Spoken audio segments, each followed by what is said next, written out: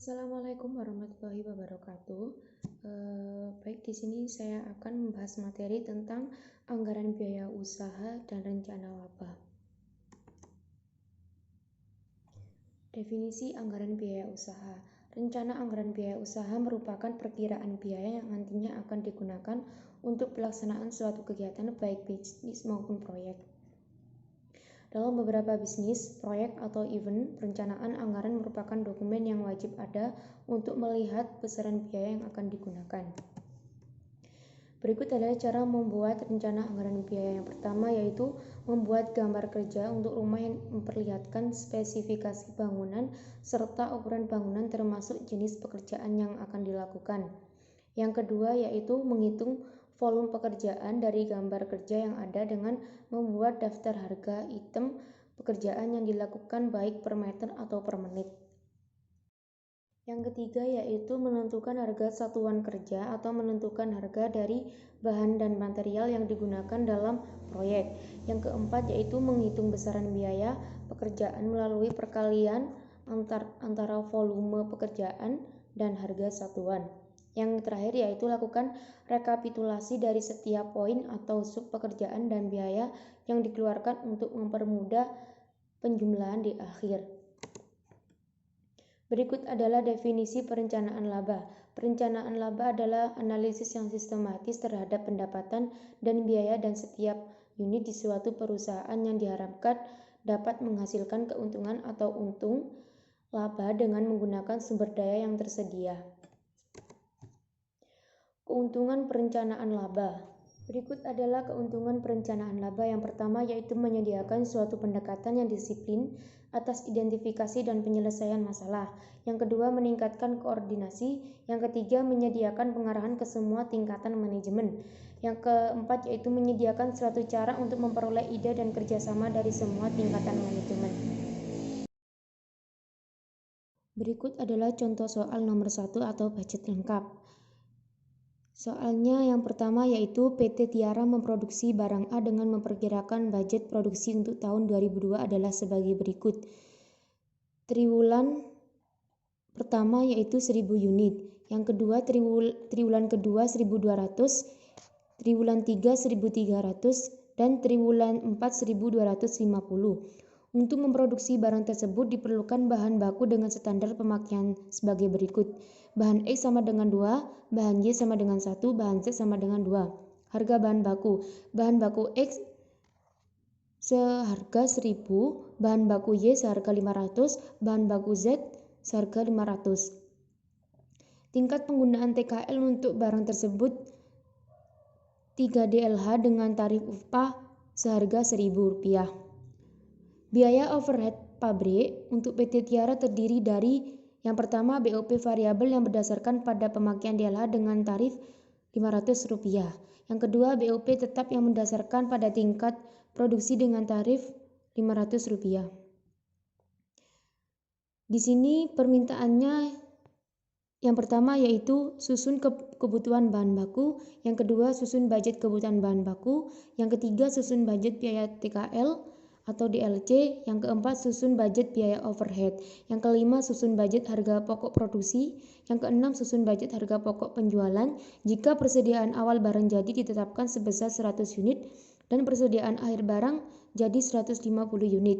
Yang ketujuh susun budget laba rugi jika penjualan diperkirakan 4.700 unit dengan harga 10.000 per unit. Biaya 2,5% dari penjualan dan pajak 12,5%. Berikut adalah jawaban soal yang pertama.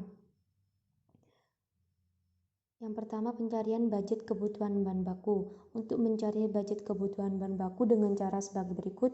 Menjumlahkan tingkat produksinya dikalikan dengan standar penggunaannya. Di situ jumlahnya ketemu 4.750.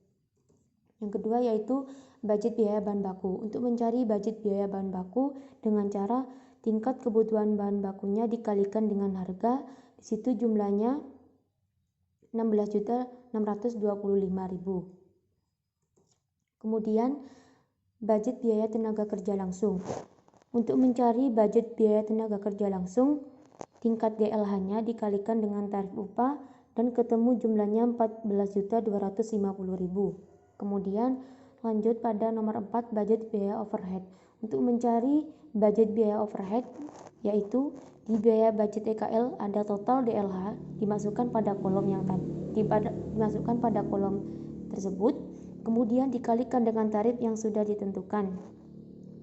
Di situ ketemu jumlahnya 9.500.000. Kemudian lanjut pada nomor 5, budget harga pokok produksi atau CGM. Untuk mencari budget harga pokok produksi atau CGM dengan cara kita tinggal menjumlahkan saja. Yang pertama yaitu direct material cost dijumlahkan dengan direct labor cost, kemudian dijumlahkan lagi dengan FOH cost, dan situ ketemu hasilnya CGM.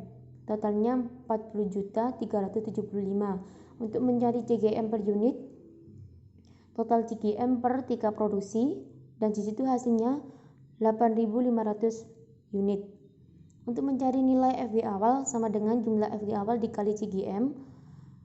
Untuk mencari nilai FW akhir, di situ jumlah FW akhir dikali dengan CGM.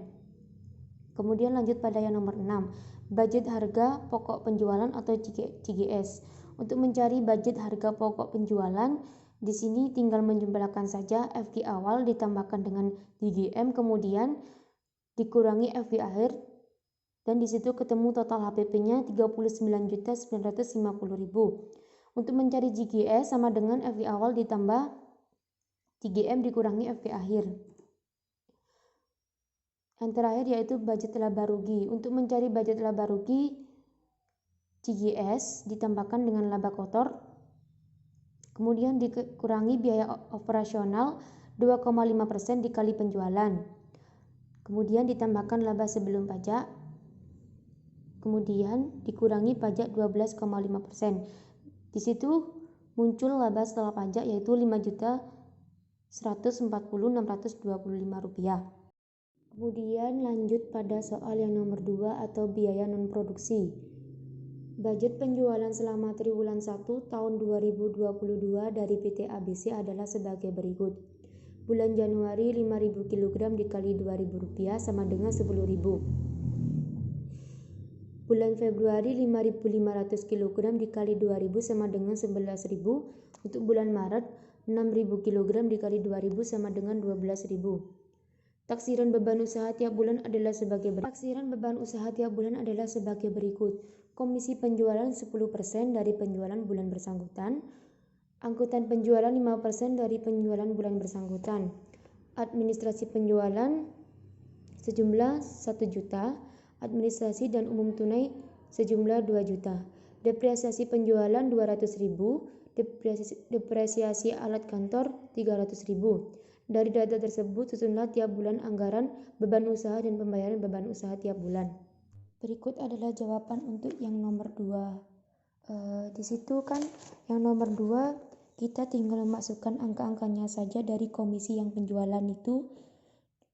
Untuk komisi penjualan kan 10%, kemudian di bulan Januari ada 1.000, berarti 10% dikalikan 1.000. Begitu juga dengan bulan Februari dan Maret. Lalu kita total semua hasilnya 3.300.000. Untuk angka penjualan 5%. 5% dikalikan dengan bulan Januari 500, kemudian Februari 550 dan seterusnya. Di situ totalnya 1.650.000. Kemudian kita tinggal menjumlahkan seluruh jumlah beban usaha dan totalnya yaitu 15.450.000. Sekian presentasi dari saya. Jika ada salahnya saya mohon maaf.